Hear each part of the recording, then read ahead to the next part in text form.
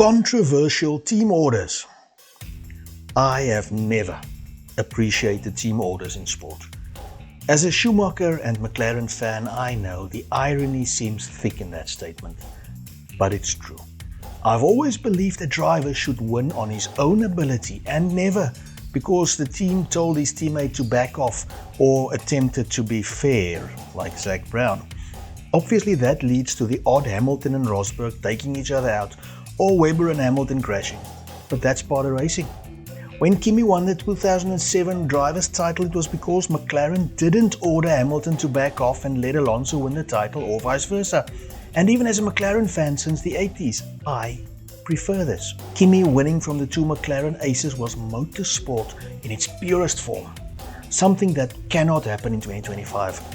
Not because Kimi doesn't race anymore, smartass, but because team orders are so ingrained in Formula One, it's starting to sicken me. And no, I don't want to see Max win with Lando and Piastri taking each other out. But it would still be better than this fair, so-called fair thing that Zak Brown is doing. Team orders are, however, nothing new. So let's take a look at some of the most controversial times that team orders have been issued. Interestingly, team orders have been around pretty much as long as Formula One has been a thing. In 1955, the Mercedes team asked Juan Manuel Fangio to let his teammate Stirling Moss win his home Grand Prix. Fangio duly did not attack Moss in the final laps and finished second to the Brit. The 1982 French Grand Prix, race 11 of 16 in the 82 Championship, saw René Arnoux drive a Renault to the win from pole ahead of teammate Alain Prost. Now that sounds innocent, doesn't it?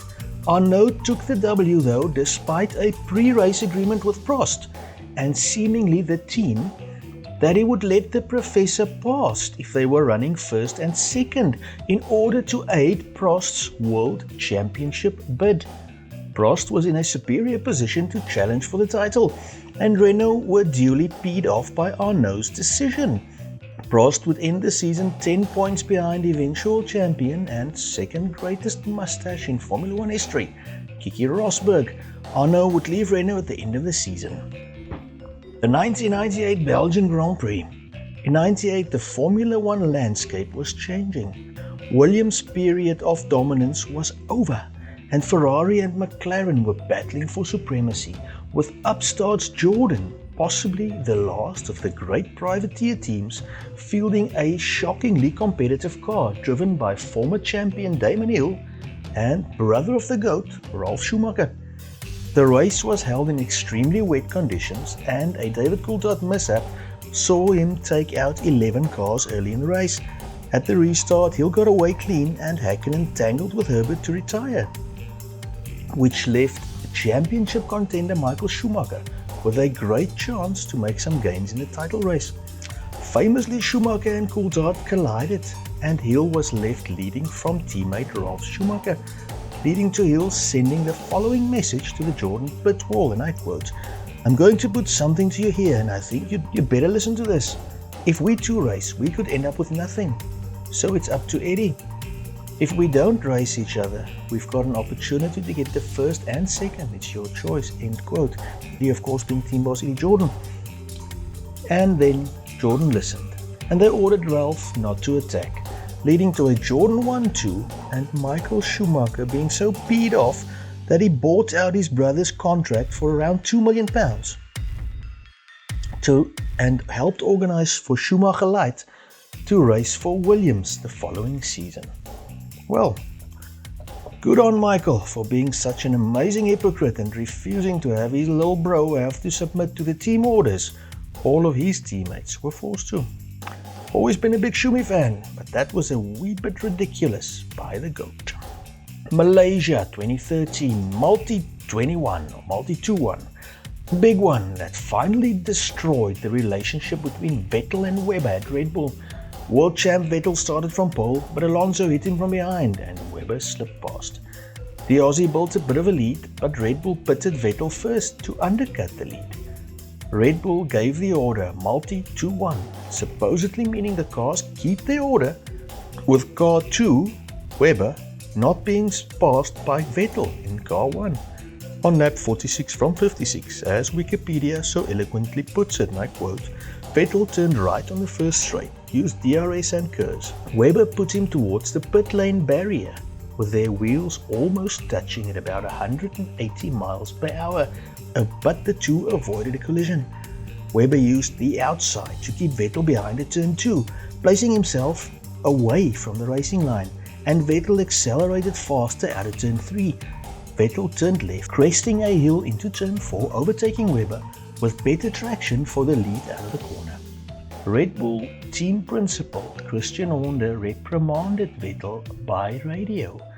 This is silly, Seb, come on. At the start of lap 47, Webber tried to pass Vettel into turn 1.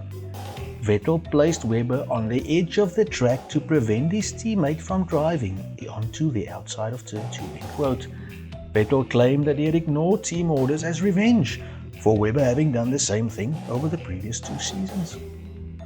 The relationship between the two drivers deteriorated to a new low, and Webber would leave the sport and be replaced by Daniel Ricciardo at the end of the season. Austria 2002.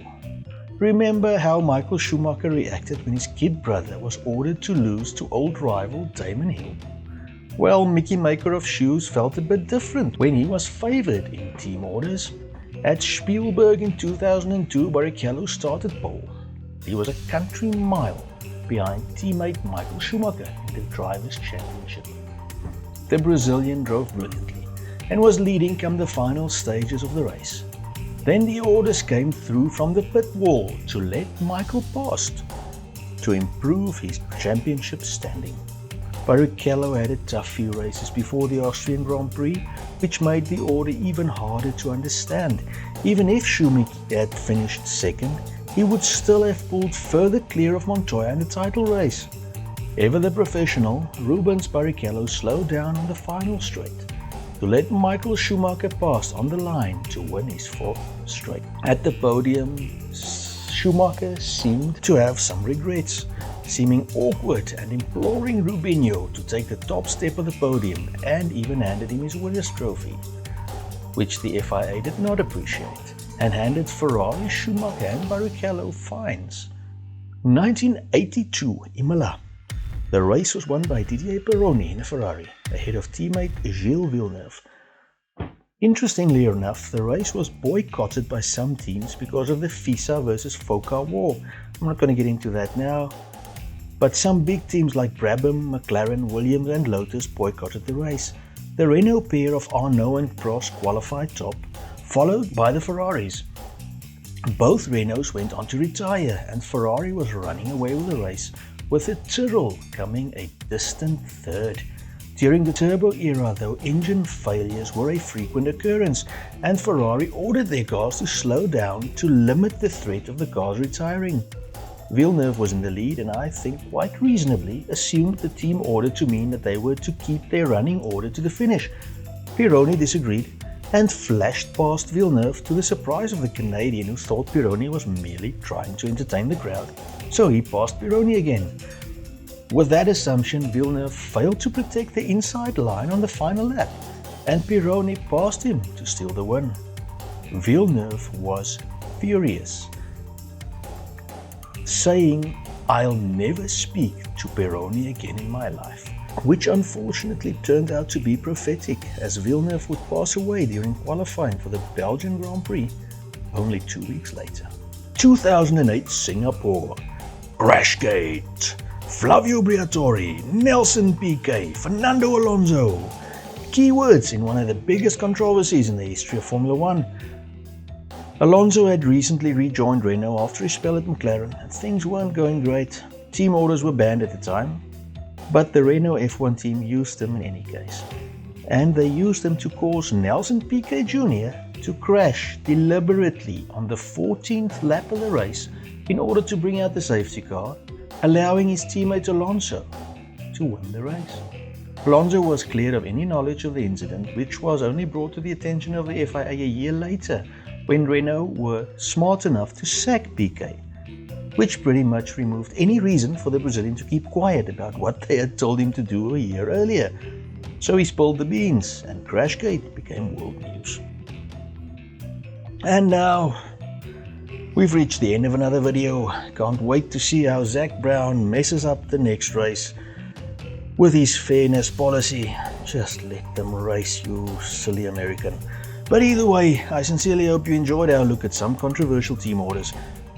If you did, and you haven't yet, please click the subscribe and like buttons. Every click helps. God bless. Goodbye.